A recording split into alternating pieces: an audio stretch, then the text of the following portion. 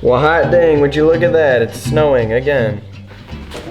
Man, don't you guys just love when the fishing just starts getting good and spring rolls around and then all of a sudden it just starts snowing in the middle of April? No? Oh, it's not snowing at your house? Oh. But yeah, not really sure why it's snowing right now. It's April 21st, so that is interesting. But with that being said, hey, welcome back to another video. We're gonna sit inside today. And today, we're gonna be talking about expensive fishing rods. Is it worth it to spend $300 on a fishing rod setup? I get asked a lot in the comment section down below, why is it worth it to get a nice fishing rod? A lot of people throw around hate for expensive fishing equipment. A lot of people like to brag about their expensive fishing equipment, and it kind of drives me nuts. Don't worry about what anybody says, and I want you guys to listen to what I'm about to say right here, because what I'm going to tell you in this video is going to help you figure out exactly what fishing rod and reel is right for you. I could spend hours going into detail talking about why this rod is $300 and why this one is $80 or why the next one is $40. Everybody knows, or at least at this point you should know, what's gonna make the price points different on the rod and reel is simply who made it, where it's made, and what it's made out of. There is definitely a difference between a $300 reel and a $60 reel. Definitely different parts, definitely different bearings, different drag systems, different components in general that make them more expensive. So as much as I want to spend the time going into detail about that, that does not matter. I don't want to talk about longevity. I don't want to talk about why a Shimano Corrado is better than a loose speed spool or if it's better. I'm not here to talk about that. I'm going to give you guys tips to buying what's right for you. So with that being said, let's talk about it. When it comes to buying equipment and finding out whether an expensive rod is better for you or not, this is what you need to think about. The number one thing personally that I think you need to think about right off the bat is, are you living within your means? What is your situation? Because not everybody can afford a $300 rod and reel setup. Some people that's unrealistic, some people they don't care to spend that money, and some people just are not in the situation where that's logical. I want you guys to understand that no matter what price range you're looking at, just live within your means. There are rod and reel companies out there that make a good quality product in your price range. A lot of people think, oh, it's cheap, it's crap. Like I hate more than anything the guys that are die-hard expensive fishermen that try to say that something like this for $85 is not a good quality setup. I truly believe that name brand companies that have been in the fishing industry for a very long time, like Shimano, Abu Garcia, Lew's, Quantum, rod and reel companies that have been around for a very long time, they know what they're doing, they know what they're making. I would hope that they are doing it to help spread the sport, to help get people into fishing and not just to make a buck. Unfortunately, there's always that guy out there trying to make a buck. But in my experience, I have found there are rods and reels that were made cheaper, but they were made cheaper in a quality way to make it more affordable for people who can't always get their hands on something like this. That's why a lot of times you'll find brands like Abu Garcia, for example. They'll make something super cheap, like a Black Max that ranges in the $40 range, all the way up to a Revo that you can get for $500, right? So that's not to make a buck. It's literally to be versatile and make a quality product for everybody out there. Now, are you gonna get as nice of a product for the different price range? Unfortunately, no.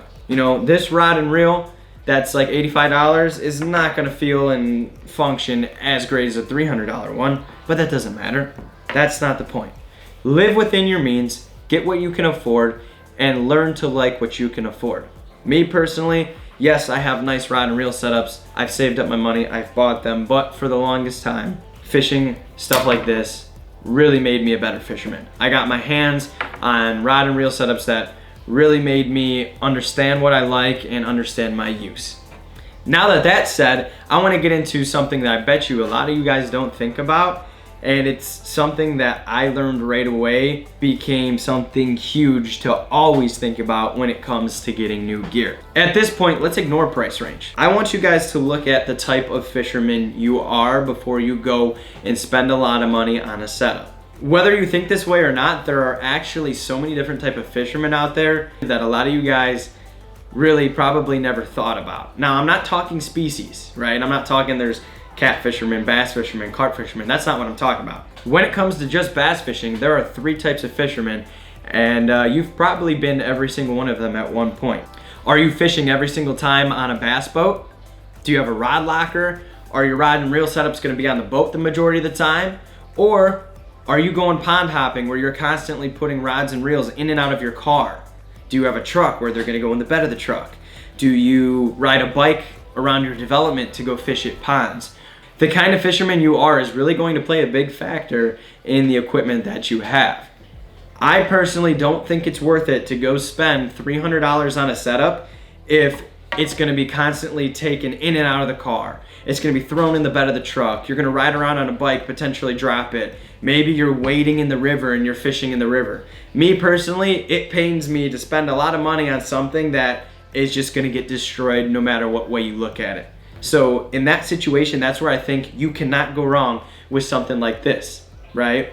It's probably better to just beat up something that's a little bit cheaper, because to me, it's way more worth it to make a smaller investment on something that potentially is going to get ruined.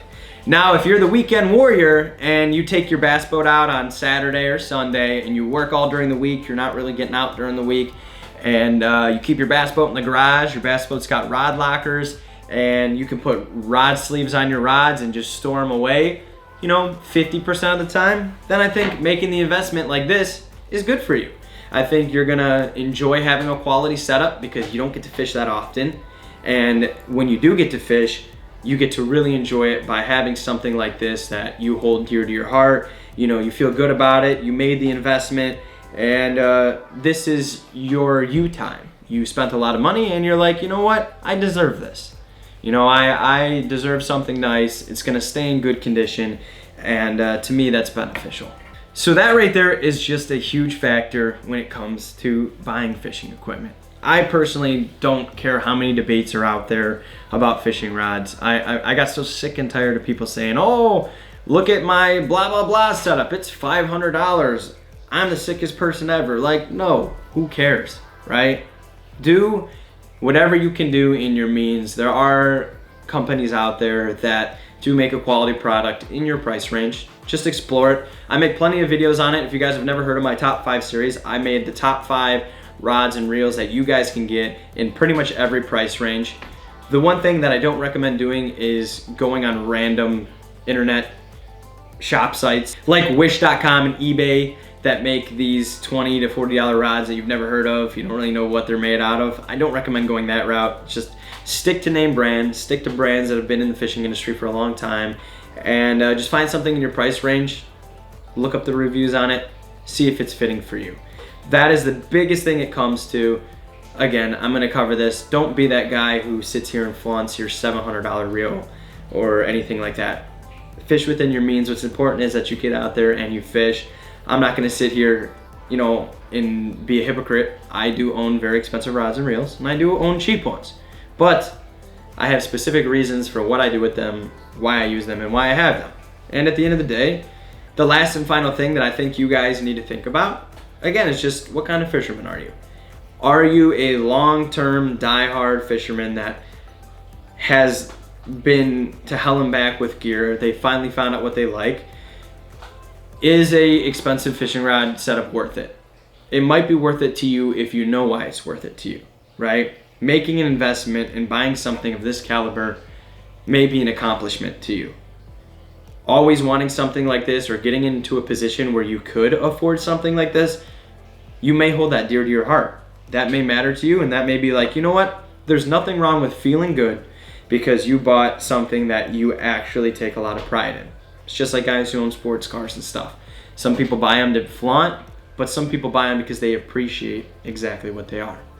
And if that's not you, and you're darn near happy with something like this for 60, 70 bucks, good for you too, Like, do whatever makes you happy and stop worrying about what the media says, stop worrying about what the reviews say, stop worrying about what the pros are fishing on TV.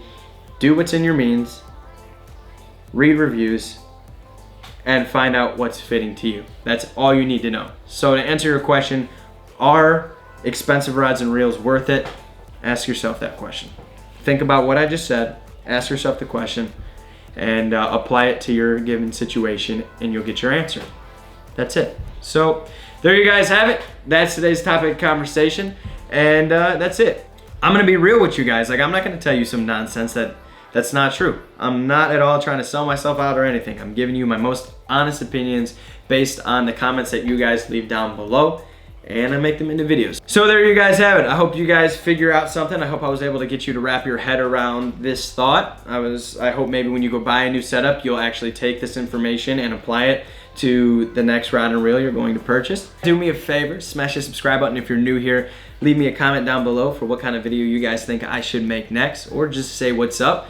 And if you don't follow me already on Instagram, make sure you go over there, hit that follow button. Feel free to DM me if you guys have any questions. And also, I put a lot of exclusive content over there that you don't ever get to see here on YouTube. So if you guys want to stay more in touch and see what I'm up to, go to Instagram. Thank you guys so much for watching, and I'll catch you in the next one.